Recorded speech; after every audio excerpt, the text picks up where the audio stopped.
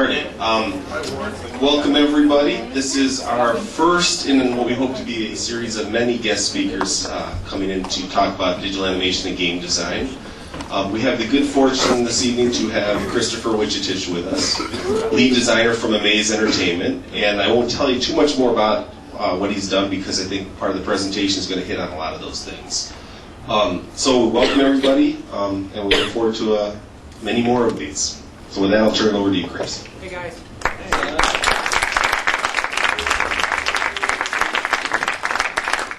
Thanks for coming out. Thanks for having me. I appreciate it.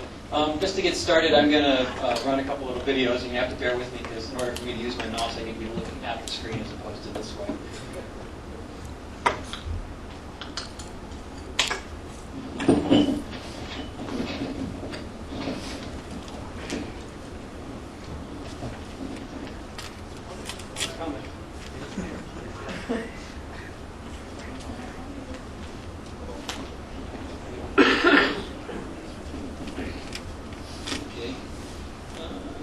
For some reason, we've lost audio now.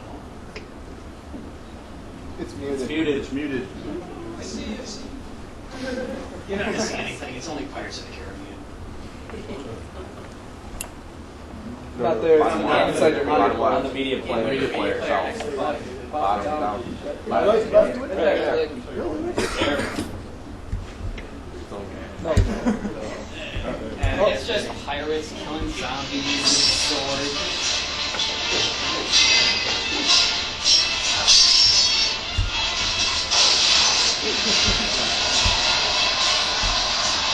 This sort of get their attention.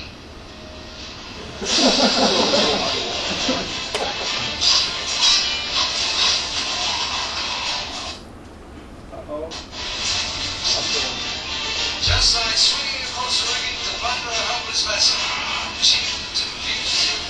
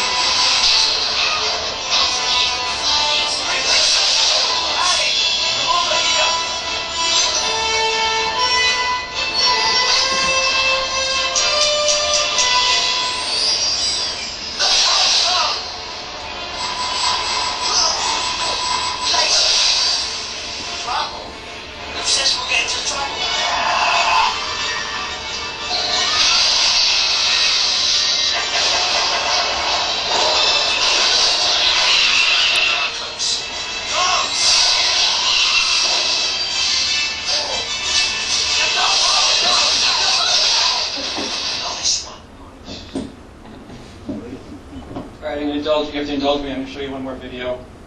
And it's pretty boring stuff, so you just have to have patience here.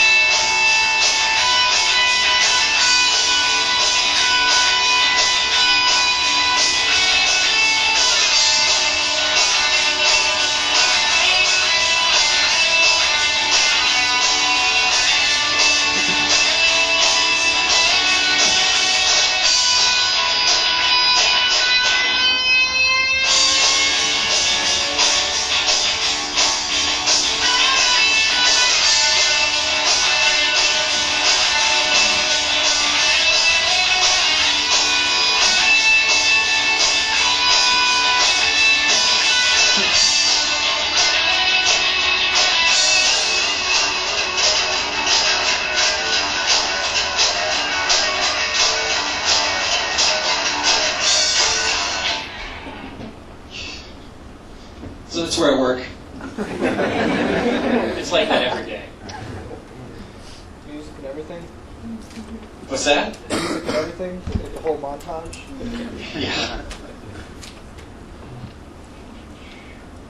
Let's get to the real interesting stuff. PowerPoint. Yay.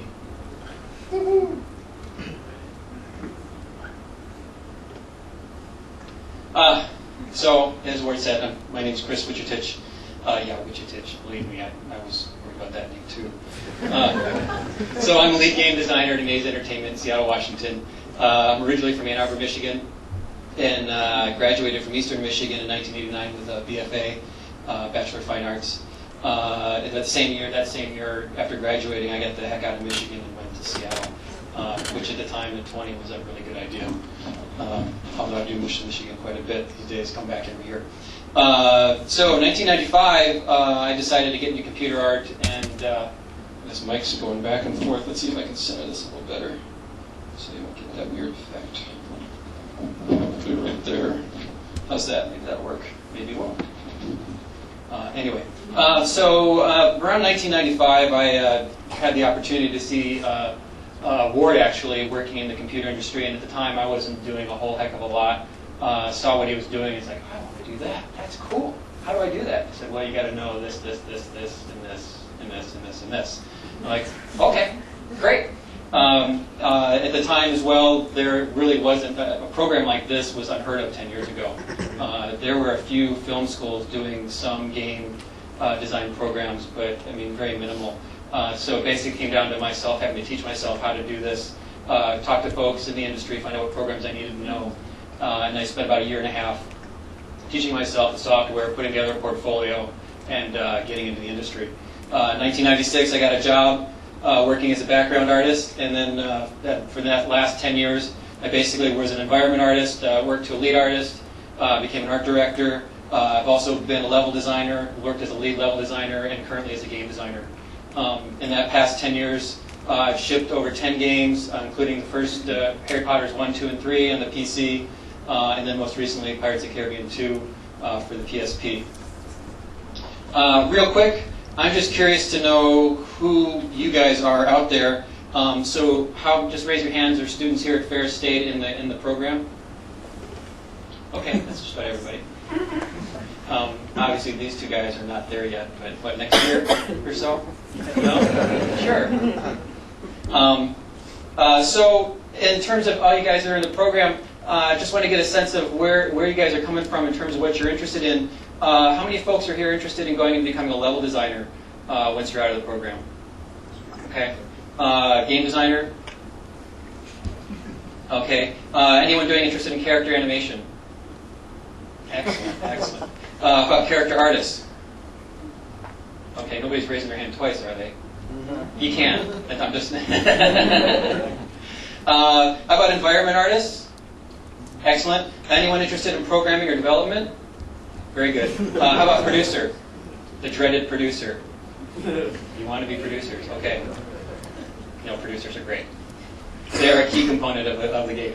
Great. So my talk tonight is really going to be focused mostly on level design, but the thing to remember is most of these points that I'm going to hit today actually are going to translate across the board to all those different positions. Some points I might have might be more focused towards level design, but just about everything I'm going to talk about tonight is going to really be in just the realm of game development.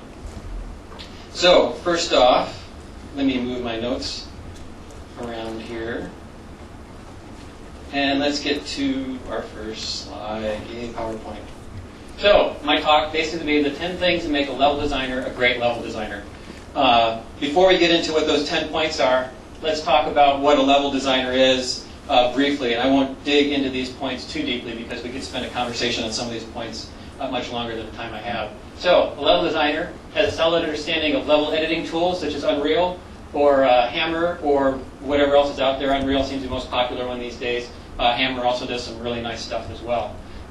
You should have some skill or experience using 3D tools, Maya, Max, Softimage, ZBrush, whatever. Chances are, if you get a job in the industry and you've spent all your time learning Max, the place you're going to work is using Maya. And vice versa, you're going to go and you're like, I'm going to learn Maya because that's what everyone's using. You're going to go to a place that uses Max. If you know one of those tools really well, picking up the other one is really, really just weeks of just figuring out where the other buttons are. It's the same stuff, just different buttons. It's also good to have some understanding of past, present, and future games. Obviously, future, just the ones that have been released and announced, and you know what's happening. Past, as far back as you can go, is always great. The last couple years is good. You're going to have people, I'm sure there's some of you out there that have played games from the last 10, 15 years, and you know every single one. My producer at work, he knows every game. It's amazing how many games he's played, and I don't know where he finds the time. I recently asked him, he said, well, I just don't sleep. I'm like, what do you mean? He said, well, I go to bed at 4 in the morning every night, and I get up at around 9. I'm like, you just play games all night? He said, yeah, absolutely. It's like, okay, great. Then, also, a level designer needs to know how to work in 3D space. Obviously, if you know how to work in a level editing tool, and you know a 3D tool such as Maya or Max, you should have some confidence to be able to work in a 3D environment. Also, a level editor needs to know how to create a gameplay experience. Again, that's a lecture, that's a whole class on a gameplay experience, but that's something that would be good to know. Also, a level designer needs to know how to wire and or script levels, terminologies, basically how you hook things up. Unreal, basically your tag event system that you connect things up so things happen.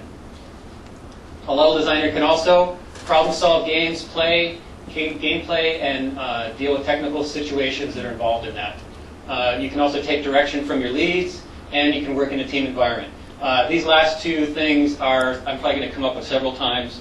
Working in a team environment, learning how to take direction from your leads is crucial to getting a game done. And lastly, a level designer is an artist, an architect, a programmer, and a designer all rolled into one. For better or for worse, picking level design means you have to know a little bit, and not even just a little bit more than a little bit, almost a lot of about every one of these categories. Or at least it helps. You don't have to be a great, brilliant artist, and you don't have to be an amazing architect or an amazing programmer, but if you have some understanding of how those fields work, the better off you're going to be as a level designer. It's sort of a jack of all trades kind of skill. And again, obviously, you need to have some kind of design sensibilities. So, point number one. Let me just, I need a little note flipper thing here. Number one on how to be a great level designer. The first one is own your level. And this sounds pretty obvious, but you'd be surprised how often it doesn't work. So what does owning a level mean? First, it means you need to do the footwork to solve the problems and don't wait for the answers to come to you. If you're working on a level, you don't know what's going on, you're not sure what to do, you don't just sit there and wait for someone to come and say, you got any problems? You need any help? No, you get up and you say, you know what, I can't figure this out. Can somebody help me? And you find help. Surprisingly, there are people that I work with that sit there and wait, although they don't work with us for very long. Second, again, know when to look for help. If you're having problems, you're not quite sure, something's not feeling right, you're trying something out, it's just not doing what you want, go ask for help. Talk to other people in the team. Again, the big thing with making games is it's a team effort. And if you're stuck, there are other teammates there, particularly your leads, your lead level designer, the lead game designer, the producer, any one of those people is going to help you try and get your job done and help find solutions. And next is to own your level is knowing your level's production schedule. This is incredibly important. You need to know who else is working on your level, when they're working on it, how long they have it, and if they're getting stuck on anything. And it doesn't mean you have to track this on a day-to-day basis, but generally when you're working on a level, you've got an environment artist that's generally working with you on creating models. You've got a texture artist potentially, an effects artist, and you also probably have a programmer or two that's probably creating some particular features that you need for that level. If you can keep in touch with them on a regular basis, and you should, space should be small enough that you can just say, hey, how's it going today? It's like I've got to get this mesh in and it just won't work. I'm not sure what to do. It's like, well, what can I do to help you? Or let's see if we can find someone to help you. Ideally, that person is also owning their responsibility and they're saying and finding help. But as a level designer, you often have to take charge and take responsibility for owning your level. Let's see. The other thing is knowing your schedule is, again, it's about a huge amount involving communication, talking to your teammates, and finding out what needs to be done. Number two. pay attention to the details, but know when to stop. When you're working on your levels, you need to analyze every single step that the player takes in your level. Look for anything that's out of place that doesn't feel right. This is something that happens over and over again when you're playing your levels. You can get your initial level built and constructed, but as you're moving along, you're going to find that you're ready to start polishing it, and you want to go through and find the things that aren't out of place. You're walking through a level and you look and that texture is misaligned and it just looks funky, but you didn't notice it at first glance. Make a note, either correct it there or write it down on a piece of paper, I need to fix this. Make notes of all the details that are coming out that are not working right. A great example of that, actually not related to level design, but to a recent portfolio I saw, in terms of attention to detail, is I saw a recent portfolio by a job candidate who had their little movie going on, and they had an animation of a character that you sort of saw the gun cocked, and you saw him show the gun, and he sort of pointed and shot it. And the animation was okay, nothing to write home about, but that's not what caught my eye. What caught my eye was the fact that gun had no textures on it. Did a nice mesh, looked pretty good in terms of his modeling, but he didn't spend the day, 2 days if you have to learn how to make a metal texture and apply it on there properly. So you're sending me a portfolio of something you want to do, and like, oh, I don't know how to make a gun texture. Well, learn, because I immediately saw that and I was like, the rest of the portfolio was okay, but that immediately turned me off to seeing this guy doesn't have the ability to pay attention to detail, which is really, really important. The more detail you can take care of, all those little this and that enemy comes out, he's kind of slow, it needs to come out faster, you just need to give it just one more second sooner and it'll be just right. You take care of those details, and that's when that level actually starts to come together and it starts to shine and really create the right experience you're looking for. Conversely, you need to know when to stop. It's real easy to work on a level and tweak it, and not get it done. However, the nice thing is when you're working actually on an actual game, you have a production schedule and you have a delivery date. So there comes a point when you have no choice and you have to stop. The important thing to remember is that you need to know when that date is and that when it's coming up so that you can make sure you're polishing the right things and you're not getting completely obsessed about this one room that's got just got to get it just so, when the fact is you probably got 5 more rooms to deal with, and those have to be dealt with.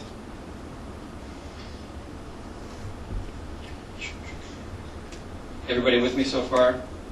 Anybody awake? Do I need to go up and slap you? No? Okay, good. This is a big pet peeve of mine. Don't use something happens here. Drives me crazy when I see this in paper designs. First off, always design your levels on paper first. Do it on graph paper, pieces of note, napkins, I don't care. Design it on paper first. Go to Visio next. Generally, for our production pipeline, we actually work in graph paper, and then we actually put everything into Visio. We have it all blueprinted out in a floor plan that has all sorts of information on there. And when you're going through that level and you're designing it out, you need to make notes about what is happening at every single step along the way of the game. If you get to a point and you're like, oh, I'm going to go through this room, I'm going to fight 2 guys here, and I'm going to come to this room, and I don't know what to do here. I'll just get to it later. Don't worry about it. I'll figure it out tomorrow or something like that. If you're going to do that, take a big red marker, put a big circle around it, and say, I need to deal with this now. So, if you're stuck, again here, don't write down something always happens and move on. To give you an example, if you're working on a paper design and you don't know what to do, let's try that again. These are the people that are going to be involved in trying to solve that problem on the paper design. If you skip over your paper design and skip over the something happens here, and you go on to your level design, and that level design is you're already in construction, you're already building that, you've got your programmers involved in the code support you need, you've got your environment artists okay with the style, are going to start building out the meshes you need, and you get to say 50, 60, 75% of the way through, it's like, oh, I've got to take care of that one thing, I forgot what I was going to do there, I don't know I still don't know what I'm going to do. At that point, these are the people that are involved in the problem solving of you couldn't figure out what needs to happen. you've got your level designer, your lead level designer, your lead designer, the art director, the environment artist, the effects artist, the animator, lead programmer, sound engineer, producer, dev manager, testing, and lastly, the client are going, what the heck is going on here? Why can't you do this and get it right the first time?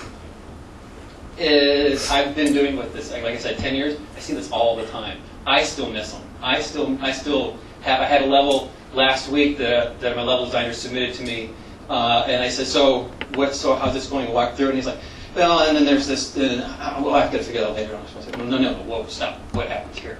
He's like, oh, I don't know. I can't decide. He's like, well, let's figure it out now, and we'll get it resolved.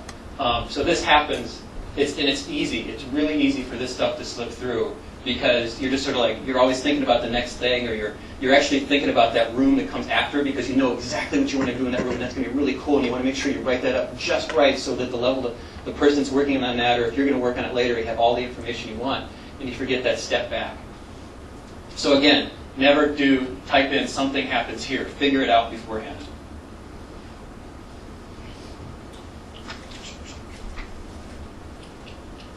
Number 4, define your scale. This is the biggest mistake that people make, is not knowing the scale values in their level. It's a real simple thing to overlook, and it's a real common thing that everyone's aware of. Yet often these things get forgotten about. So you want to define the basic values at the beginning of your game, and these are sort of the basic things I'm talking about. You need to know how tall your character is. Is your character 2 meters tall? Is he 256 units tall? You need to know what that number is. How far can he jump? How far can he run in 5 seconds? What's his run speed currently, and what kind of distance does that cover?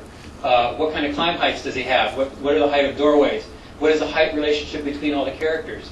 Obviously, they seem like real simple things that everybody knows, but you'd be surprised how often this stuff gets glanced over because it doesn't seem like it's that important. You start building your level, and actually a great example of this is a game that one of our teams, that voice just changed. One of our teams recently did is a flying dragon game where you're riding on top of this dragon, and down below you need to attack men, and your food was pigs. Well, he set the camera so that you got this nice big view of the dragon, and you can see the dragon all real great, and the camera's set real nice, and then you start flying up real high, and you start realizing that the guys that you need to attack and the pigs you need to get are really, really tiny. And you couldn't see them at all. So it's like, wow, where am I supposed to go? It's like, well, they're over there. It's like, I can't see it. I don't know where I'm supposed to go. The world was so big and massive that it just made no sense. And his argument was, but that's real. It's realistic that way. It's like, it's not realistic. It's confusing. I'm lost. I don't know where to go. And he's like, yeah, but it's real. It's like, it doesn't matter if it's real. It's a game. Video games aren't real. There's a certain level of realism you want to have, but the fact is, it's about an experience and trying to convey an idea or image to players. So it's real important to set your scale. That game, we ended up having to completely revamp the levels, redefine the scale. We changed the world smaller. We changed the size of the characters, changed the scale of the dragon to the world, and we actually got rid of the pigs because they were too small. And the units of men that you attacked actually became larger structures so that we could actually sort of bring the small up and the big down so that we had a better connection between everything. Number 5. Remember, you're the world's best player of your level. You designed and built the level, and you know exactly what to do and when, but the player doesn't. It's easy to get lost in your game and think you know exactly what you're doing, and it's playing out really well, and it's really fun, it's really cool, and you give it to your friend to play, and I don't get it. It's like, well, you just go over here. It's like, but I don't understand. It's like, well, it's obvious. It's right there. It's like, it's obvious to you because you designed it. You figured it out. You know what needs to happen, and you made it work. So the important thing here is you want to play test your level like you've never played it before. Change your style of gameplay each time. If you're going through your level and you find that you're the kind of person you go through and you like to take your time and sort of look around and see what's happening and sort of see what the situation is, and then you like to dive in and go through, that's one way to play it. Other people just run. They just go right through and they're just like, I don't care what happens, let's just see where it goes. and they boom get through the level, and it's like they play through. It's like, oh, this didn't feel right. The timing was right. It's like, but you had to stop right here. It's like, why? Why should I stop? You have to remember that everybody plays levels differently, and it's really important for yourself as a level designer to go through and play your level like you've never played it before. This comes to whenever possible, have someone else play your level. The nice thing here is if you can have someone that's either, obviously if you have classmates. If you're, for like example, for the Harry Potter stuff we did, we had level designers design these levels, and they're all excited. They're like, oh, this level's going to be great. It's really cool. The kids are going to love it. And I should just point out quickly, the Harry Potter stuff we did for the PC, the age range was roughly 8 to 14, and our target audience was really the non-gamer. People were really targeting towards the Harry Potter market. People interested in the storyline, the book. We weren't interested in hardcore gamers at all. Which is fine. There's other games for those hardcore gamer guys that you can play Halo 3 all you want and so on. So these level designers were building these great levels, and they're really fun, but we're like, I was concerned, a couple of us in the team, like, it seems a little hard. They're not quite obvious as we thought. We said, well, let's get some kids in and test these games out. So we had make some connections, talk to some people, bring some kids in, and ask them to sit down and play through the level. And we put the level designer behind these kids and watch them play the level. It was amazing to watch these kids play this game. The level designers were like, oh my God, I didn't realize. It seems so obvious to me. Yet these kids are like, they're doing either two things, like, I don't get it, it's too hard, or I'm confused, I'm lost, or that was too easy. I could do that. And it was funny because the things that level designers thought were really easy to figure out, the kids had a tough time doing, and then the things where the level designers were like, this is going to be way too hard. I'm not sure they're going to get it. Kids got it like that. It's amazing how fast your different users can just figure out stuff, especially kids. They're smarter than you think. And it was a great way to test the Harry Potter stuff. We really got a sense of what a level is like. The last point on this one is resist the temptation to change your level around because you're bored with it. In doing your schoolwork, you're probably moving at a faster pace, but when you're working in the industry, you're often working on a level for 30 days to a month to 2 months sometimes, and you can be working on that going over and over and over again. You get to a point where you play the level easily 100 times. You know exactly what needs to happen, and you get to a point where you're like, this level is boring, it's not interesting, I don't like doing it, and so I'm just going to change this stuff around a little bit. I'm going to redo this one room. I think I can make it better. Don't touch it. You've got a design, it's been approved by the team, it makes sense, everyone's happy with it, and you have to remember that you're the only person that's played this 100 times. When that ships out to people that play it, it's the first time they've ever seen the level. They have no idea what to expect, and it's all brand new to them, where you've seen it 100 times. So you just need to remember that you are the world's best player for that.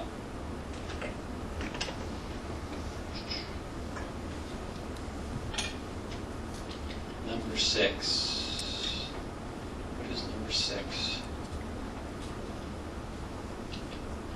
Be creative, but accept the limitations. You need to learn to be creative with the limitations you have in your systems. And these limitations can come from all different directions.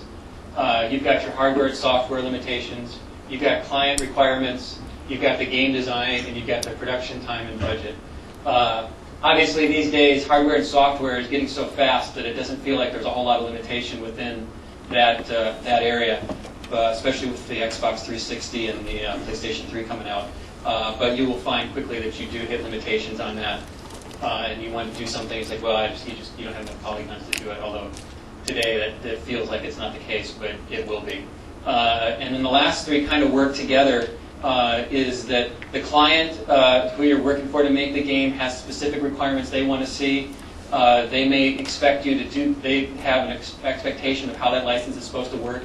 You may not agree with that, but they're paying the bills, so you have to go in that direction, and you need to work within that limitation that the client expects.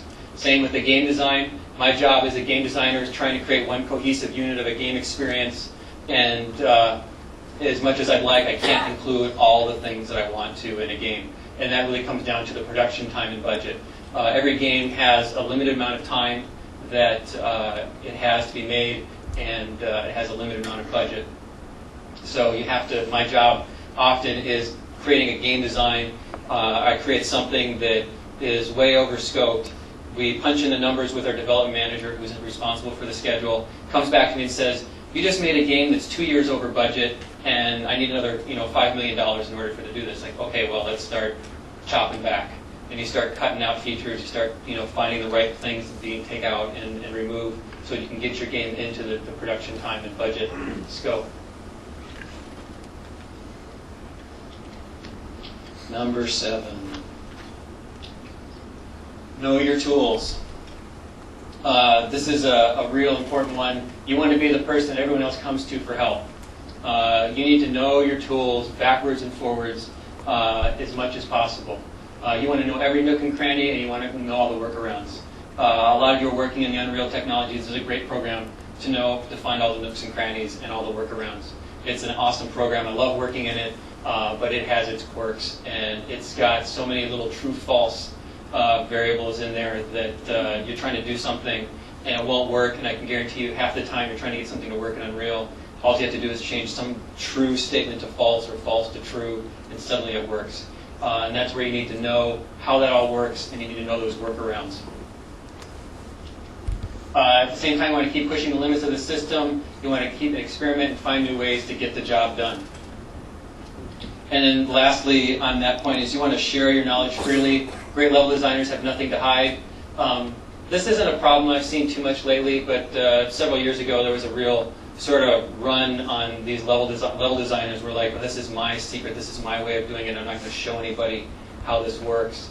I think when the Unreal Engine really came out, that attitude changed from a lot of other level design engines, because the Unreal community was really about sharing and showing new ideas. And it's just really important to remember that when you're using your tools and you find something that's really cool and someone asks you how you did that, is to be open and free about sharing that. You have nothing to hide. If you're a really good level designer, you can show anybody everything, and there shouldn't be any worry about competition at all.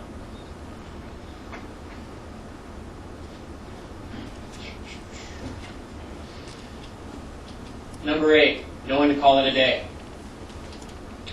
This is a tough one. You need to work hard, work smart, and put in the hours you need to get the job done, but you need to know when to stop and go home.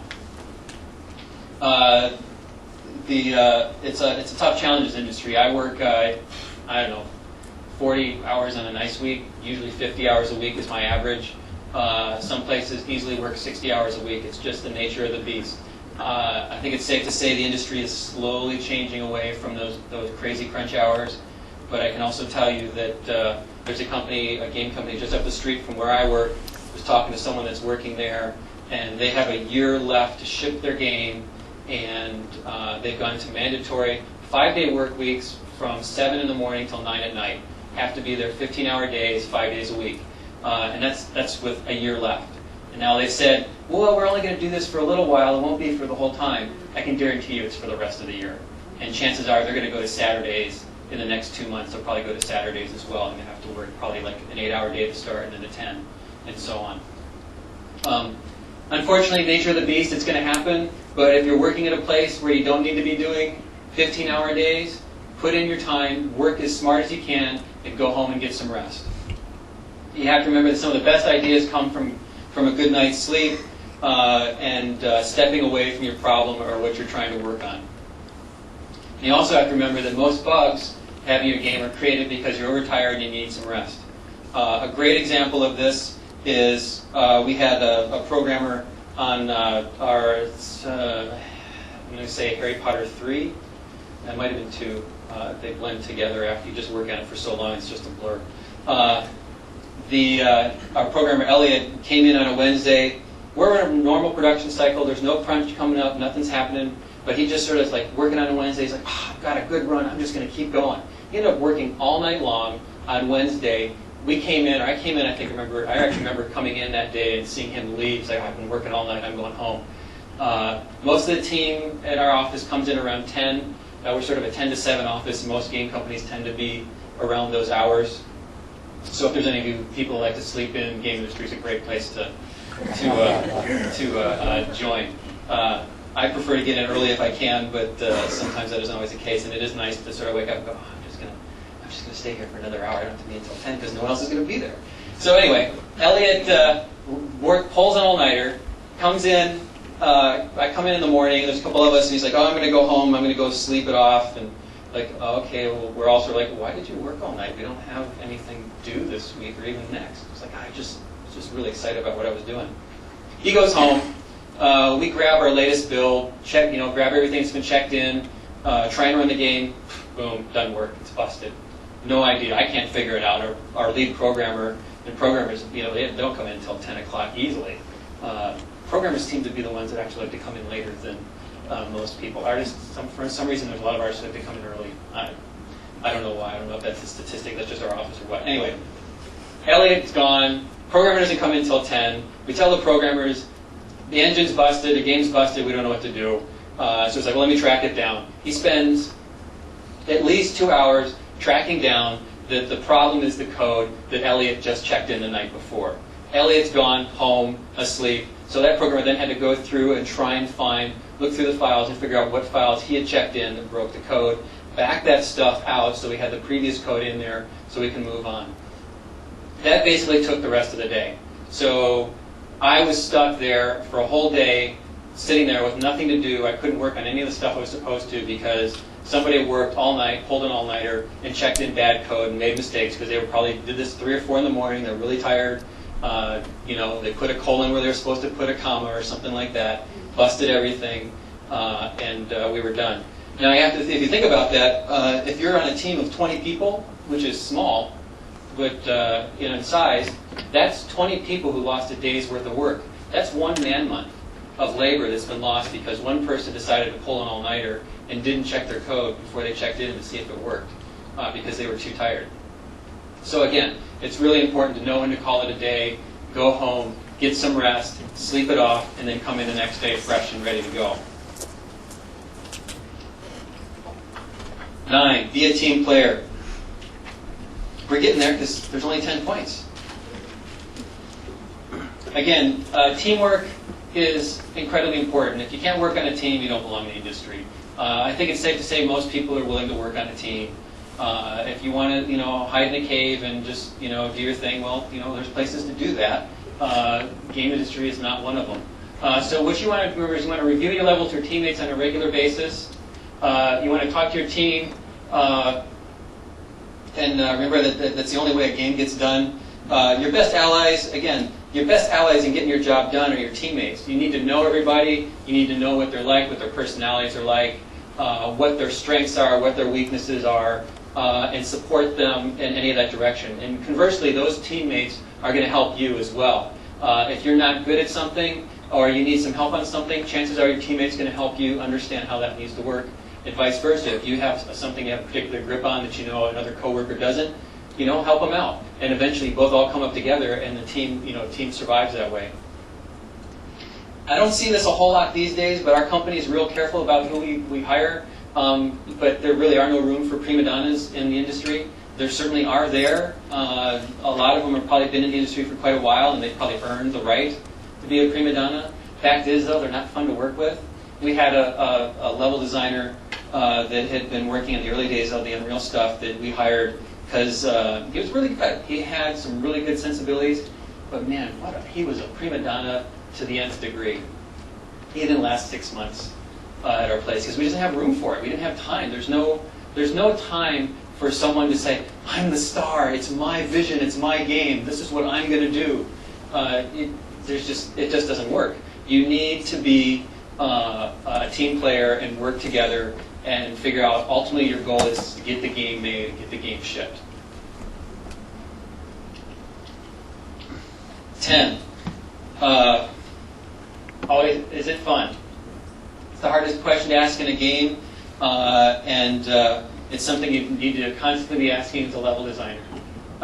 What is fun? How is a game fun? We could spend a whole night going on and on about what's fun in a game. The quick way I was thinking about this in terms of level design is if you've got sort of fun in the middle, you've got boring and dull in the front of it, and you've got too hard on the other side. And your challenge is to bring up the boring and dull stuff so it starts to become fun and interesting, but it doesn't get so hard that you can't play and get through the level.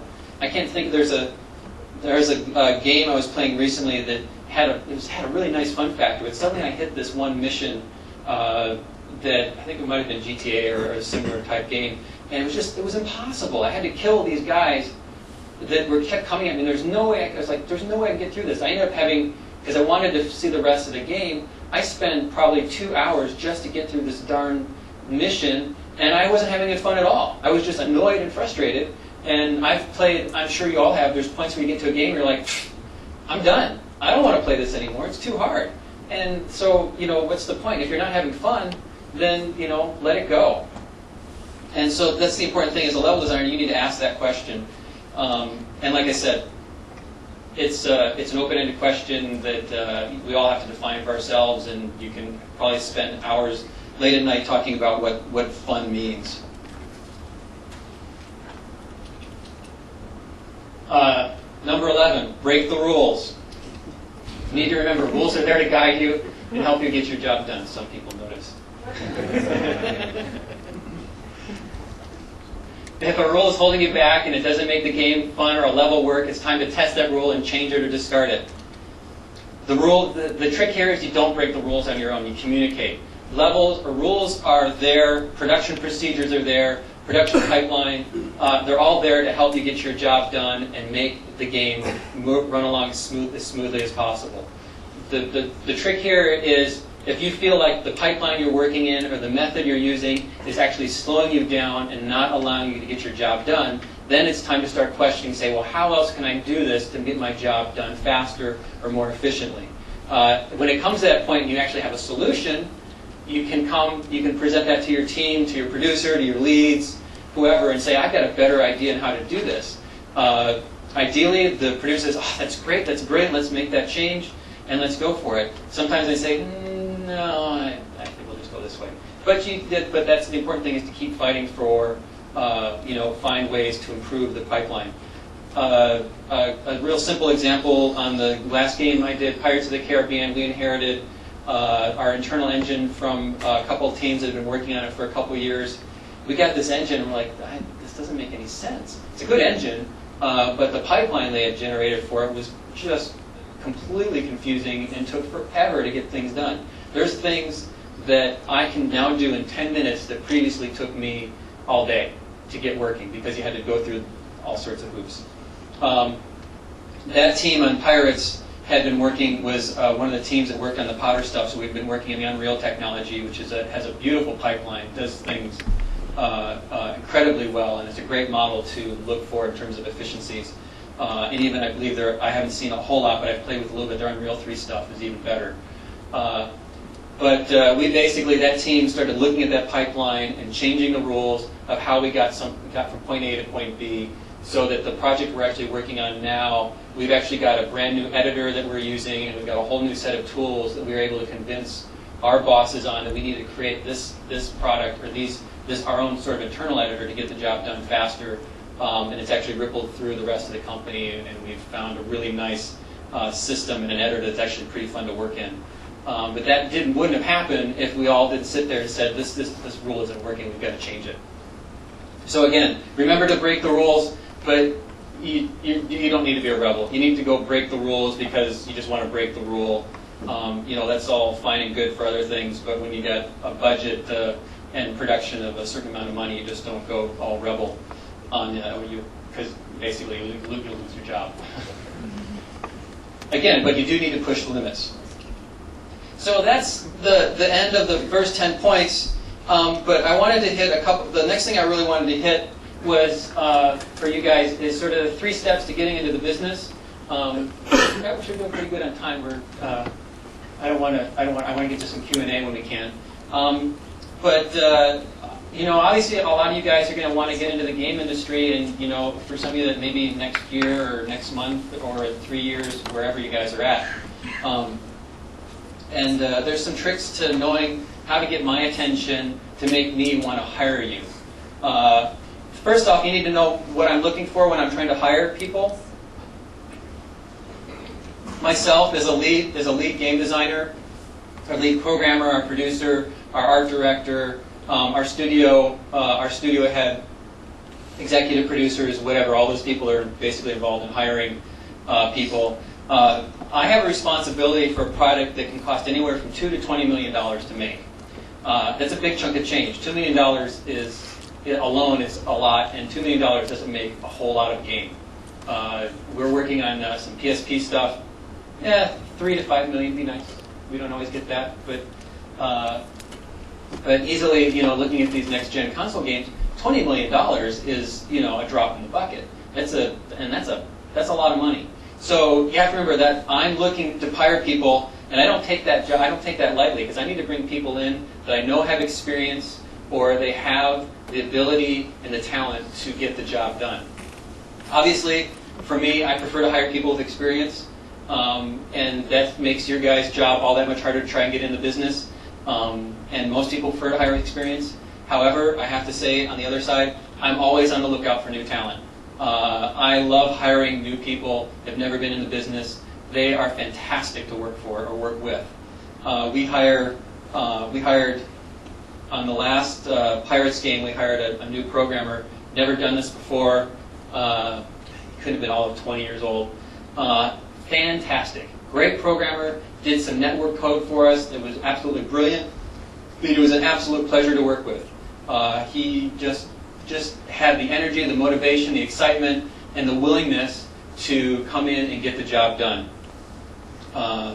So you have to. So it's not a lost cause that you don't have any experience. So what am I looking for in a level designer? Hold on a second. Actually, I don't need that. So the first phase of looking for a job, and I'm going to step out here so I can see this a little better, is your resume and your portfolio. First off, you need to have a professional resume.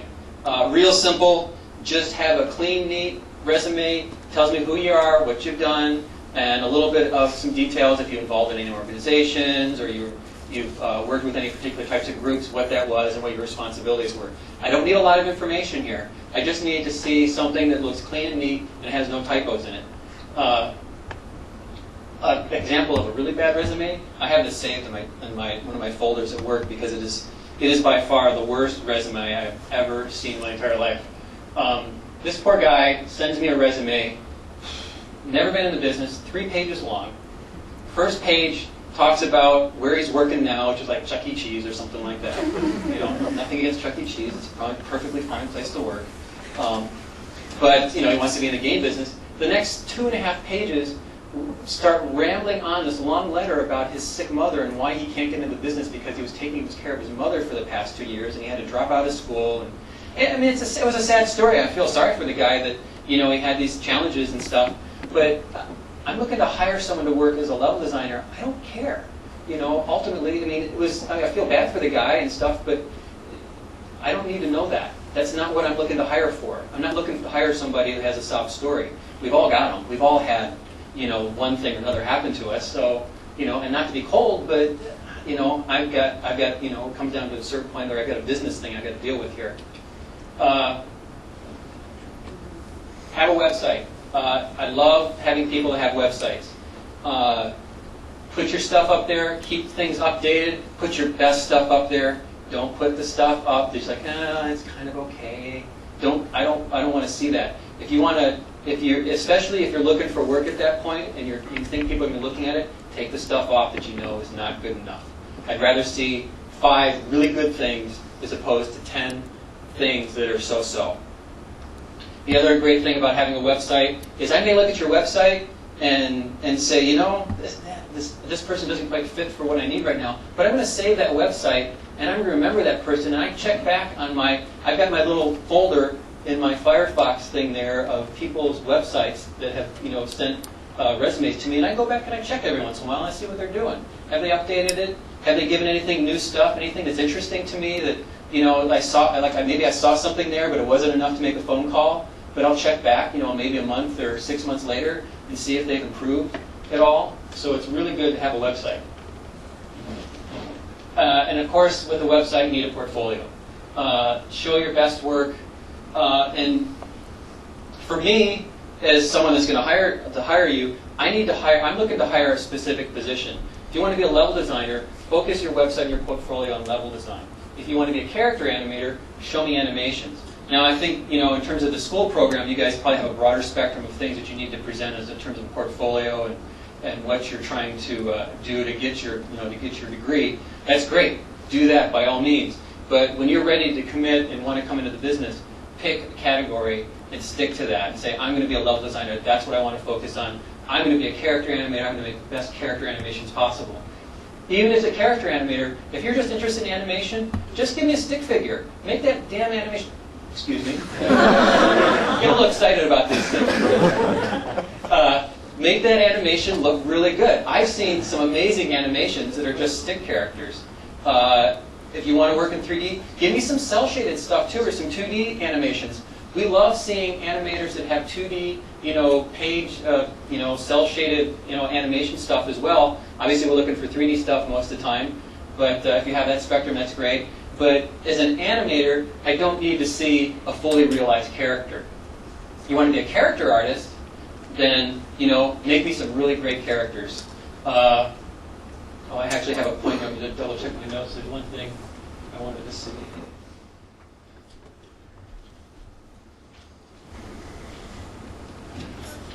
Just make sure I have it at the right point to make my, to say what I'm trying to say.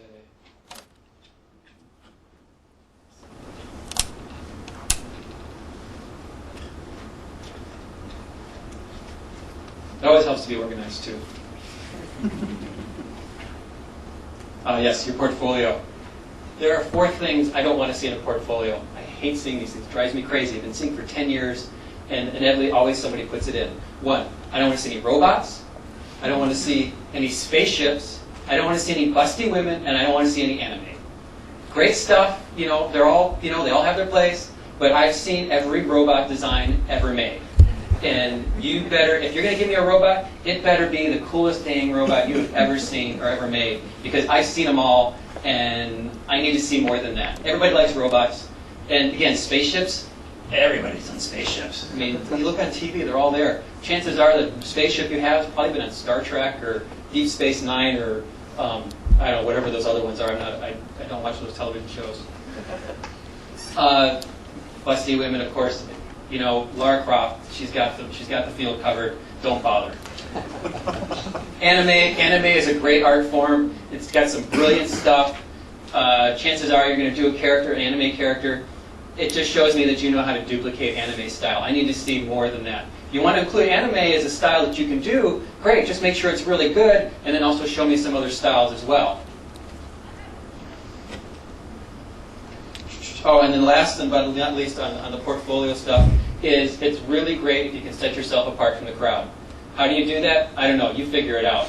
But if you can do something to set yourself apart from everybody else's website or everybody else's resume, the better off you're going to be. Where we are in this industry right now with the number of people that want to get in, that's really challenging to do.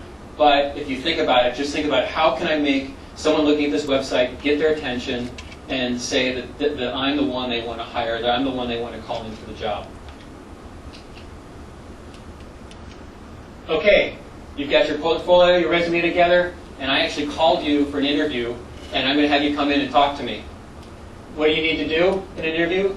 First, you come in, you need to speak clearly to me, you need to shake my hand, and you need to look me in the eye.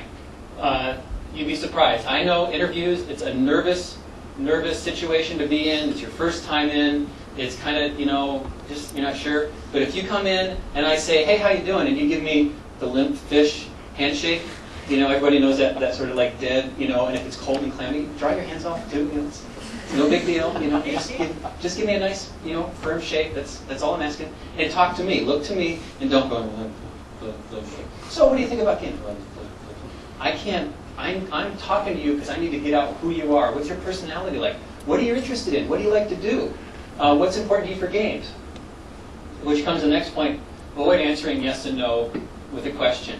If I ask you, so tell me, what's your favorite game right now, and what makes it your favorite game? And you tell me, oh, right now, Halo 3 just came out. It's the best. I love the game. It's so cool. Well, what do you like about it? It's just cool. It's so great. No. Yeah, it's a great game. Obviously, it's a great game. What about that game makes you say this is the best game you've ever played? You need to tell me what about that experience is working for you as a game designer or a level designer or as an artist or an animator or anything that says this game is fun. If you give me more than just a yes or no answer, I get a sense of what your personality is like, what you're feeling, what you think, how you perceive things. Again, and the next one falls in that same line. Have an opinion, have a philosophy on how things are done. The 10 points I put up there in terms of what makes a great level designer, you can come in and say, for me, I think it's really important to own my level. As a level designer, that's one of the first things I try and do is make sure that my level is taken care of, and I'm helping all the other people to get my level together. If you told me that, I'd be like, wow, it's great, this guy's thinking about what his process is about. If you haven't, and you don't have to be like, I think everybody should wear blue shirts all the time. Ooh, where's the microphone? Just went dead. Did we run out of battery? Test, test. Okay, now I'm going to talk really loud. Can you guys hear me? Yeah. There's also a stick mic. Hey, stick mic. Anybody for karaoke? Can you hear me? Can you hear me now? Can you hear me now? There we go. Great. So have an opinion. I don't need I don't need opinions that are like militant whatever about all games need to be like GTA. It's just the way it's got to be, and I won't do anything but GTA. Great. If you want to work for GTA, go to Rockstar North. Have fun. It's great. It's a great game, and I think it has some really great value in terms of what it's done for the industry. We can go into that for a long conversation as well. The important thing here is to have an opinion, a philosophy, a belief in how you like to go about doing things. If you can do that, then I get a better sense of what you're about and how you work in a team environment, and that you're actually willing to talk to me and tell me what you think. A great example, I had a guy sent me a resume in portfolio. He was a new guy, just graduated from one of the schools in the Seattle area, and great resume. He had 2 levels in there that were fantastic. I was like, wow, this is really good. He did this is just, and he took some steps with level design that were pretty bold, what we thought. So we're like, let's bring this guy in, let's talk to him, because maybe this is the guy we've been looking for. Brought him in. How you doing? Dead fish hand. So what's the game you're working on? I don't know. Well, what do you think about games? I don't know. I was like, we were so disappointed. This guy, his resume said he had the potential, but he came in and he didn't talk to me. And I'm like, I can't bring this guy into a team where I've got a $10 million budget, and if he can't talk to the team, and he's going to sit there and hide and mumble because he's afraid to talk to me, I can't. It doesn't work. It's not just having the talent and the skill. You have to be able to communicate to me. So I didn't hire him. I got his website saved though, because I might call him back in 6 months and see how he's doing. Maybe he was too nervous. Maybe he's got some new stuff up there, and I'll try and bring him in again. He's definitely someone that I'm going to keep my eye on. But for that time being, it's like, I can't hire him. I couldn't. So, one more slide. Hey, you got the job. Yay. Now what? First off, when you get the job, get noticed. Put in the hours and show your time. Again, breaks the rule of, work hard, work smart, don't stay late kind of thing. But you can put the hours in, work, if the boss goes it's home at 7, leave at 8. That's fine. What you want to do is you want people to make that new guy that you came in, that you're there in the morning when people come in, and you're there at night when you leave. And not only that, but the stuff you're producing is good quality stuff. You're involved with the team, you're trying to help, you're looking for solutions, you're coming up with some really great ideas, you're putting the effort in, you're making your time, and you're doing your time. That first year, you have to work hard. In fact, it dribbles over to the second year, and well, I've been 10 years and I'm still working a lot. Although 10 years gives you a little bit of leeway, and you can come in late sometimes. I get a doctor's appointment, go out have lunch, long lunch, that kind of stuff. But the fact is, even for me, I still have to make sure I get noticed, and that's really important. And why is that important? Because if you're in a company of 200 people, like our company, and we're doing really well right now, we've been through times, and I've been through in this 10 years, I've seen 4 layoff events through the different companies I work through. There comes a point when the company's not doing so well, and there are layoffs. it will happen. You get into this industry, I guarantee you, in the first 3 years, you're going to see at least one cycle of layoffs, or you're going to hear about them. It happens, I'd say it's every 2 to 3 years you hear there's this big layoff cycle that happens, and everyone gets hired and works around. In the Seattle area, just about everyone I know, at all the different companies I've worked with in one way or another. So what's going to happen is, if there's layoffs that need to happen, and you've been noticed, you're on the right list now, so that when they say, okay, who are we going to get rid of? Because we've got to make cuts. It's just a fact of life that we have to lay some people off. If you're on the list, we're like, there's John Smith. Oh man, he's new, but boy, he's really good. He works the hours in. He's smart. He knows his tools. He owns his level. He's really good. We're going to keep him. And then look at, well, there's Dan Jones, and like, yeah, he's new too, but he doesn't talk to people a whole lot. He's not very good communicating. His levels are, they're so-so, and he always seems like he's always gone by 5 o'clock at night. It's like, yeah, well, bye, Dan. Nice seeing you. Mm-hmm. So again, put in the hours to get noticed. Secondly, learn. If you don't know, ask. If you're coming into this business new, I don't expect you to know everything. I really don't. You need to come in, and if you're stuck, you're not quite sure what to do, ask me. I'm happy to help. I'm happy to give you the answers, help you figure it out, figure out the system, what needs to be done. The more you ask, the better off you are. If you're confused and you don't know what to do and you're afraid to ask and you're just going to hide in your cubicle and not do anything, I can't help you. I need to know what's going on. And it drives me crazy because then I'm going and saying, so what's going on? Are you doing okay? It's like, I'm confused. I'm not sure what I'm supposed to do here. It's like, well, how long have you been stuck with this? Oh, about 3 days. Why didn't you come to me 3 days ago and say that I could have helped you? And eventually it's like, you just do this. Like, oh, right. I forgot. So, learn, ask for help. Again, the next thing is offer to help. It's another way to get yourself noticed. If you've got some ideas, you've got some ideas on how things to work and what needs to be done, offer to help other people. If you're coming down and there's a milestone delivery due, and you know that so-and-so isn't feeling well and their level needs to get done, step in and say, you know what, I'm willing to help. What can I do to help this milestone get done? It's a great way to get yourself noticed is by offering to help, particularly for your producer. Your producer has a huge responsibility, everybody does on the team, of making sure they hit their milestones, the deliveries they send to their clients.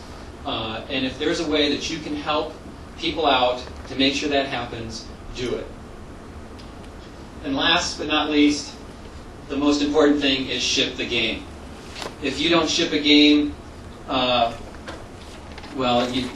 it's just part for the course.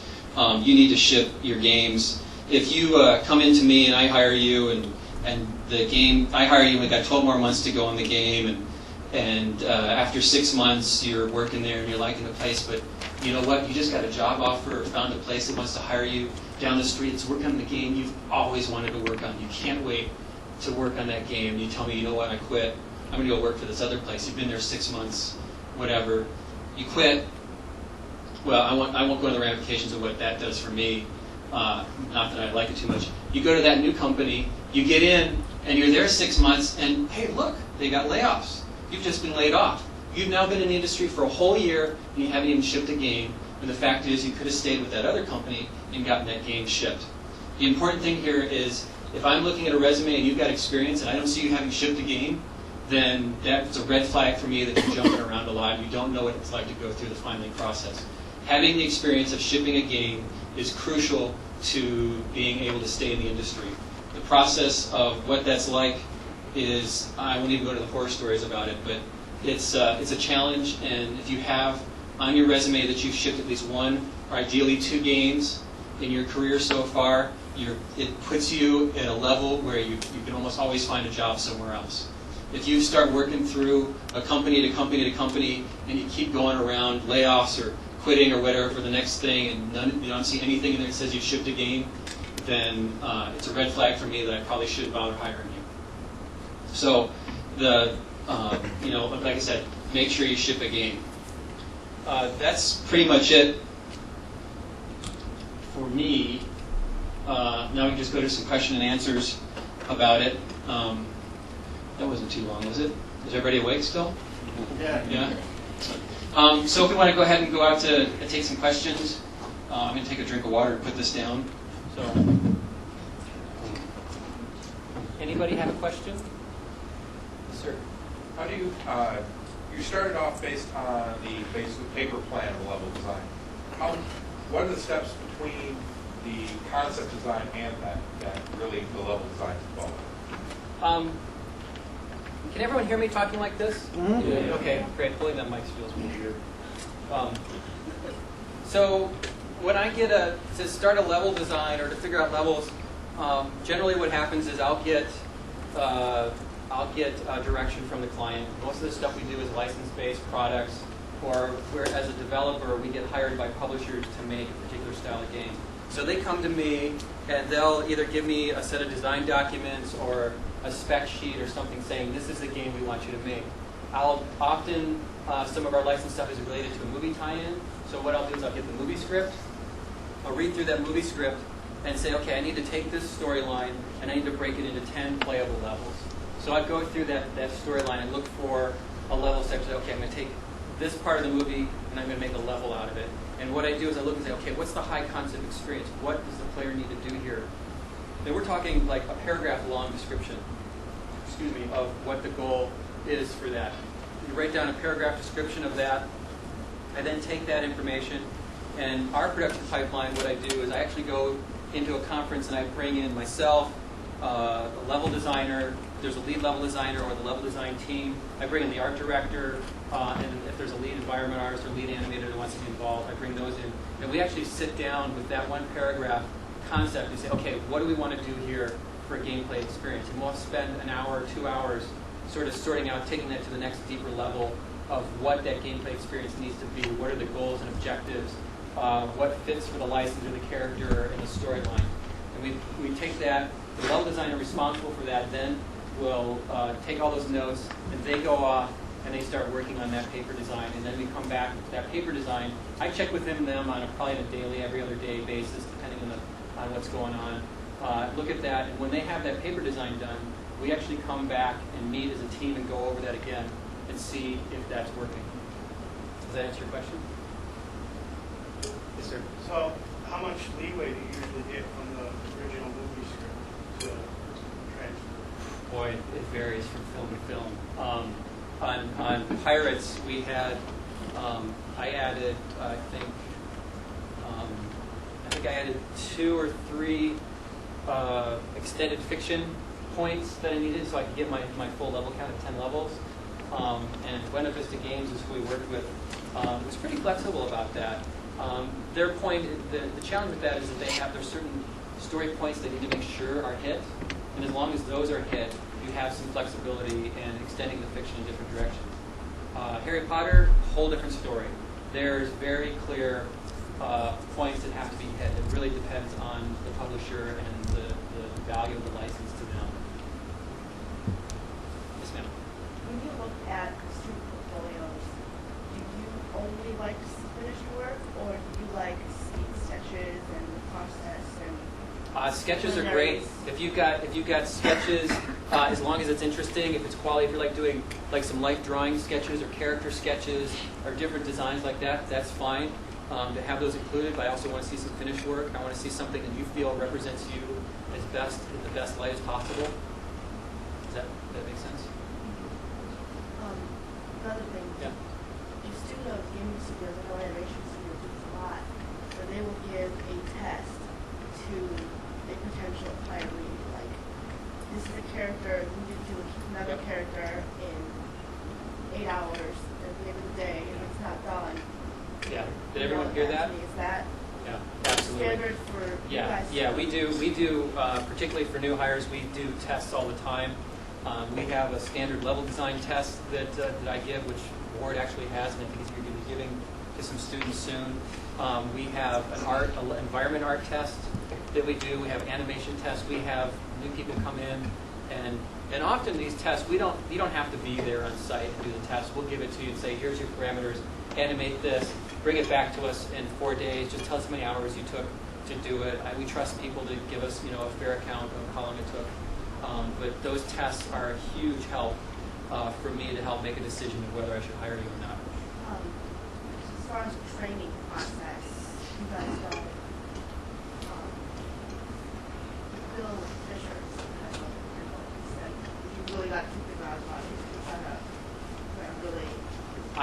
expect you to, when you come in, is you should, depending what you're doing, you should have a pretty good foundation of what you need to do. Chances are, at most companies, there's a production pipeline process, and there's a system that you need to go through to get the product out the door, and we'll train you on that. And we always expect to train. For example, if you're a Max person, you know Max backwards and forwards, and I've seen a portfolio of your skills in 3D Studio Max to show that you're a real solid modeler, but I work in Maya. I'll take the risk if I think you're worth the hire. I'll take the risk to train you on Maya. It doesn't take but a couple weeks to switch over to Maya and figure out where the buttons are. It's not rocket science. It's not like a whole new thing. If you understand 3D, you can go to Max, Maya, Softimage, no problem. Yes. Right. Earlier you mentioned something about 10 level thing that you had to do, like you had to have a minimum of 10 levels Yeah. to win. Like, is that the same for every game, or what? 10 is generally the minimum that publishers want to see. It really comes down to the schedule. Is that per person or just like 10 levels? 10 levels for the game in total. Okay. Yeah, depending on the budget and the size of the levels and the scope. Right now, for the game I'm working on right now, we have 4 level designers that are working on it, and we have 15 levels that we're doing. So it's budgeted out. If you find the right company, they're going to give you the amount of time you need. It may feel like it's not enough for you if you haven't done it before, but it's enough. And if it's not, you'll learn how to make it enough. All right, I guess since it was really never touched on, like, what would you say to put in like portfolios and such for maybe those looking to get in on the story level and the writer level, rather than the art or animation level? You know what? There again, have some good story, have some good writing. Give me some writing samples of character dialogue, samples or a storyline, whatever. One of our game designers is Jeff Card, whose dad is Orson Scott Card, the science fiction writer. And Jeff has already written a book, and he's a fantastic writer. He came in as a writer, and he's actually moved into game design because he's got a real good knack for that. But he gave us writing samples, and he, based on that, we needed a writer for that, and those were good enough for us. So, I mean, like, from what I've seen, you guys do, movie titles and other stuff like that. Do you do original games as well? Right now, we haven't done any original titles, but that's something that's in the process, and hopefully we'll have some things come out new. Every developer is different. A lot of places, your bread and butter is working with clients and producing their products. But even for licensed products like that, Pirates of the Caribbean, we hired a writer because we need someone to write the script. We have dialogue that we need the characters to say, and we need information to convey to the player, and we need a writer for that. Yeah. I got a question. When Halo 2 is in production, I have to look on their website. They're looking for temporary artists, temporary this and that. Is that a trend in the industry? And also, I wanted to ask you about the layoffs and stuff. Does that happen a lot? Because if I work hard and I get into this, I want to make sure I have a job at the end of the day. Yeah. Our offices have we used to be, everyone we hired was a full-time employee, health benefits, the whole thing. And we've moved to somewhere between maybe on the high end, 40% of our staff is contract. Generally, those people we do hire for contract want to be contract. If we're looking for someone and we want to hire them, and they're like, no, I really prefer to be a full-time employee. I want the health benefits. I want the 401ks and all that kind of stuff. Then, if you're the right fit, we'll do that. In terms of layoffs, yeah, I wouldn't get too scared about that. If you're a hard worker, and again, if you ship the game, I mean, you want to get in. And chances are, if you've gotten into a place and you know the game's going to ship, then you're good. You're good through that game at least, and hopefully more. It's part of the course. The industry has this weird cycle. It has nothing to do with the economy. It's weird. There's no connection to how our business is doing. When the economy's poor, our business is doing great because people are staying home and they're buying more games. When the economy's doing really well, people are buying more games because they have more money and they have. So the economy, the general overall economy has nothing to do with the industry. What the industry has, though, is like right now we're doing this transfer again from PlayStation 2 to PlayStation 3, from Xbox to Xbox 360, and we're actually getting out of that. We're actually moving into where there's a lot of hiring going on. But say a year ago, or even a year and a half ago, the market was actually pretty lean, and people were getting laid off because no one was quite sure what to expect out of the 360, what the PS3 was going to be about. Even there were early developers taking on that platform and developing for it. A lot of people were still wait and see. And now that we're actually into that next phase, the industry's more stable. It's a weird beast. I mean, I've been through 4 of them. It's not fun. It's definitely scary, but don't, if you want to be in games and this is what you're meant to do, don't let that scare you off. You'll find, if you get into the end, if you actually get to the point where you actually get in the industry and you get more work, you'll find more work. Yeah. Do companies ever do temporary layoffs where they realize they're going to a lean time and so they tell you, well, we don't have any work for you for 6 months, but after that 6 months is up, we'll probably have something figured out, but we can't have you on the payroll. Do they? Yeah, they do. I mean, there's, the important thing is when you're looking is to do your research on the companies.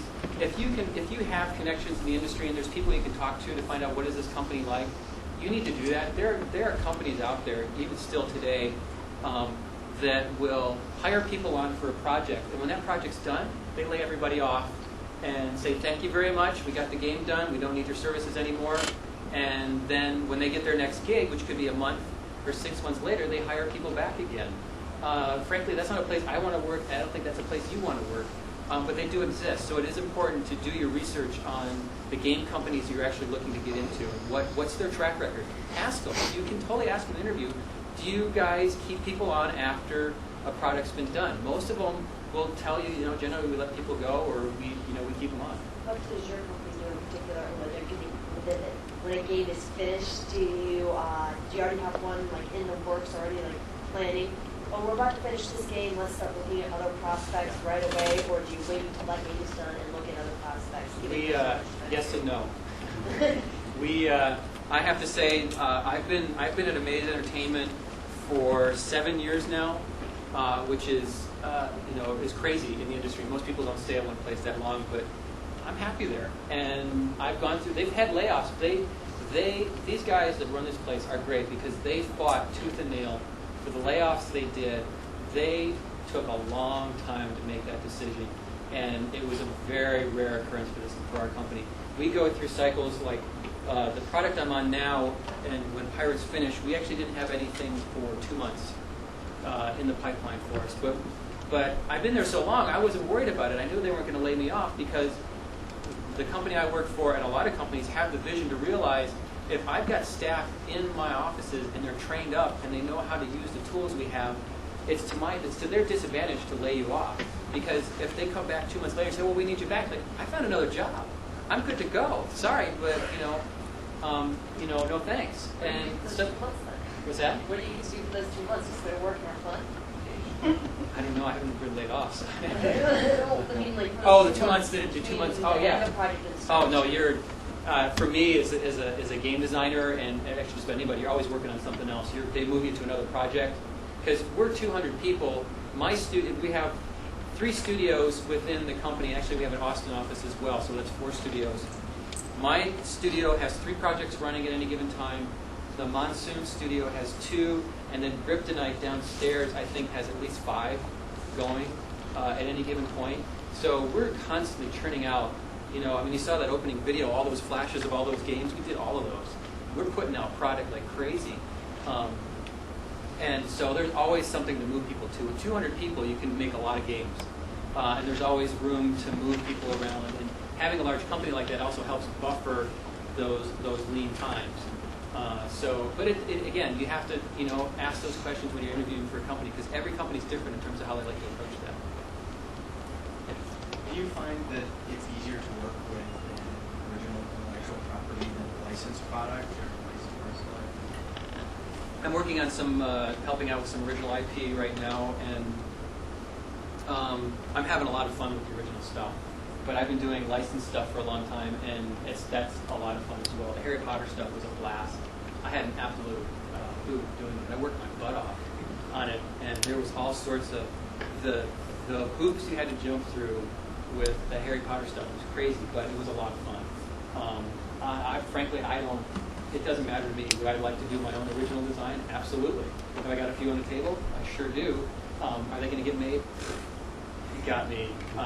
You think about, you guys are familiar with E3 at all? I've been to so many of those. I'm not disappointed they killed it this year at all, because you're not missing a darn thing. But you go to the show floor on that thing, and there could be 1,000 games on the floor that are supposed to go out at some point. 50% of them actually see the light of day easily. Some games just don't get made, and it's probably a good thing. And you have to think about it. Think about all those games that come out. I mean, there's only so many that can make the top 10, and in that top 10, there's only so many designers that get to that, to that level. I mean, Will Wright and I don't know who else. I mean, there's a bunch of other folks, but it's a handful of people. And there's a lot of people working in this business that you don't hear about or see that are doing some really great work in the industry. Kind of on that note, really, the question before, the lead game designer of SOE just put out a notice basically saying that the blockbuster games era was done.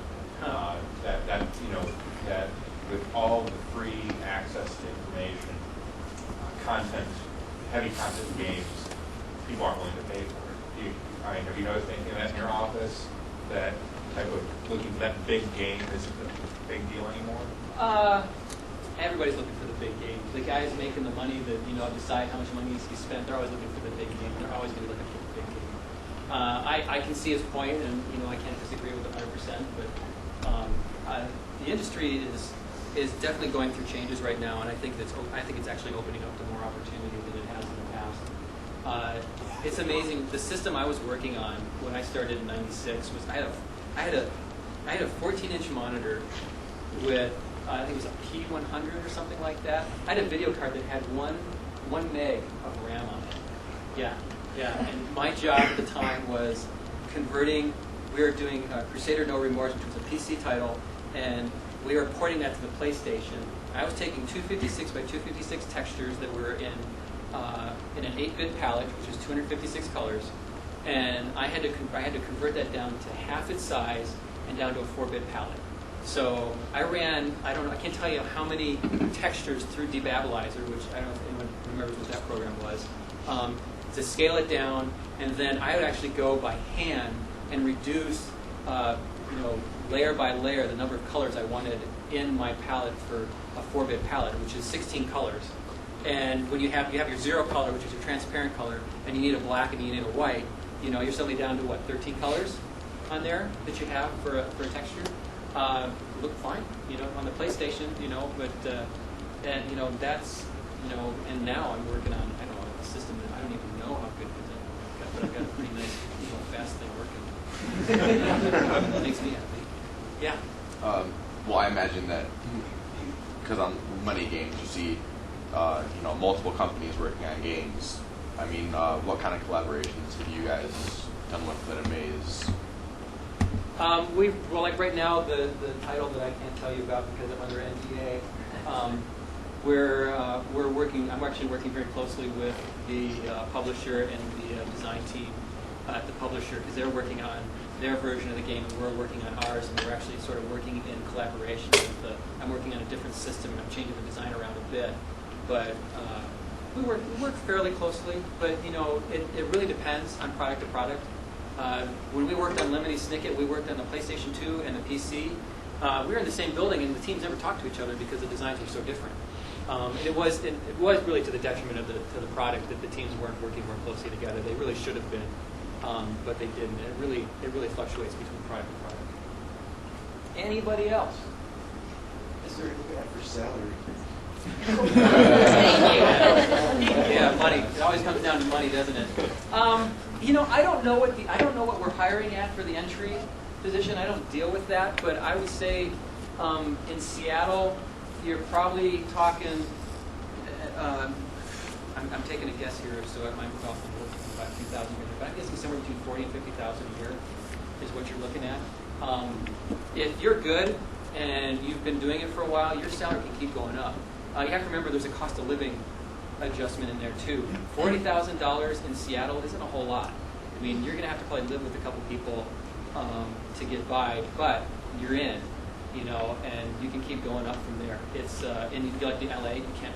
They won't hire. You won't get 40,000. You probably get 60,000 in LA, but LA costs even more. San Francisco, it's a really expensive place to live.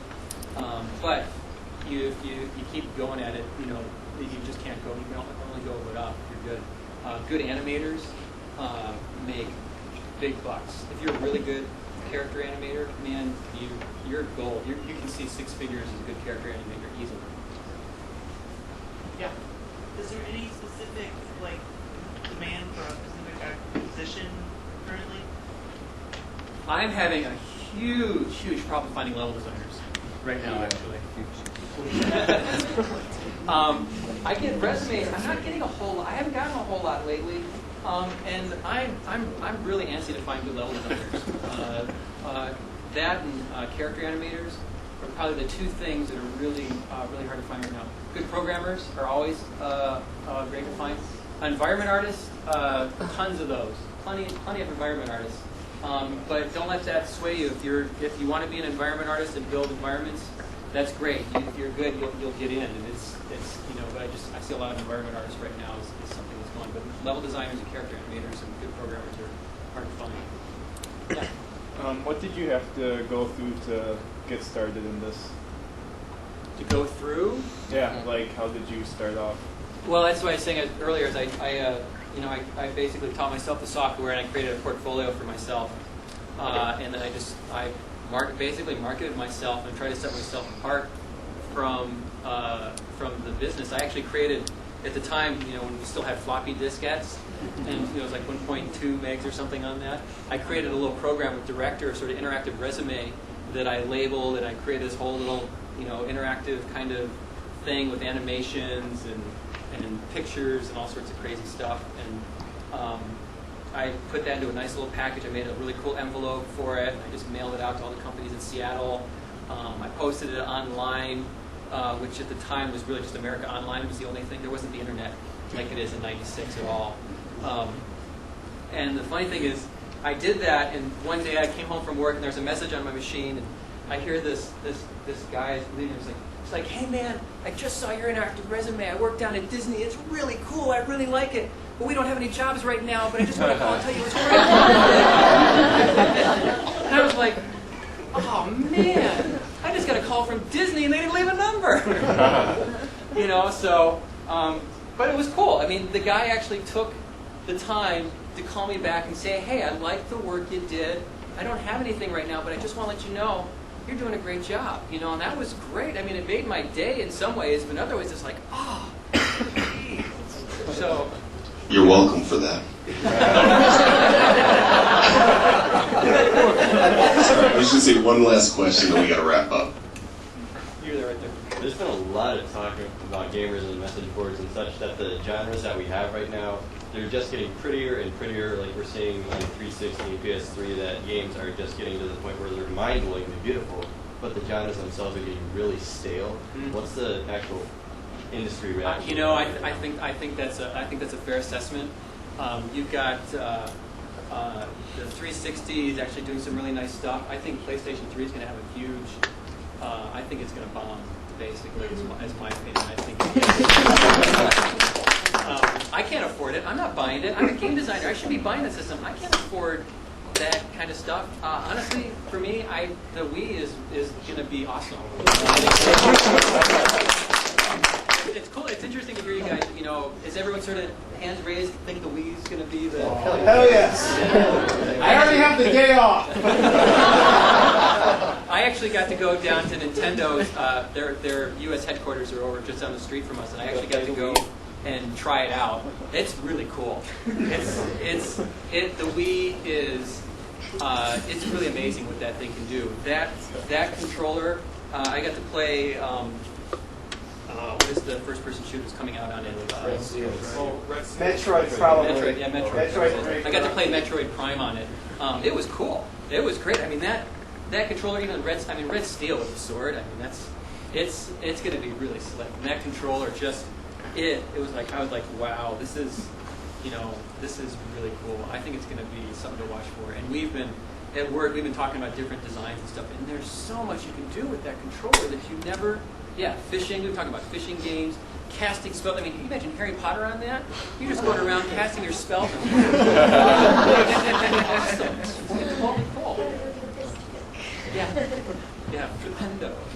But yeah, I think ending on FFD is I think is going to be spectacular. I can't wait to get my hands on that system as well. Cool. Well, thanks for coming out, everybody. I appreciate you.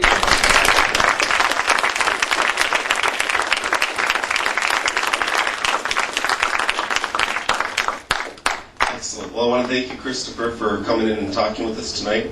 I want to get a plug in for Wednesday, November 1st at 5 o'clock. We'll have Tony Benedict here. Tony comes to us from all the old school animation studios, Disney, Underwalt, worked on Sleeping Beauty, then went on to Hanna-Barbera, Warner Brothers, worked for Fritz Freleng. So a whole bunch of stuff, old school animator. So I encourage y'all to come back again in just a month from today. But thanks again, Christopher. That was wonderful. And I think Corey's going to penalize everybody who missed the first half hour of his class. No, he said he was would be very forgiving of that. But thank you, everybody, for coming.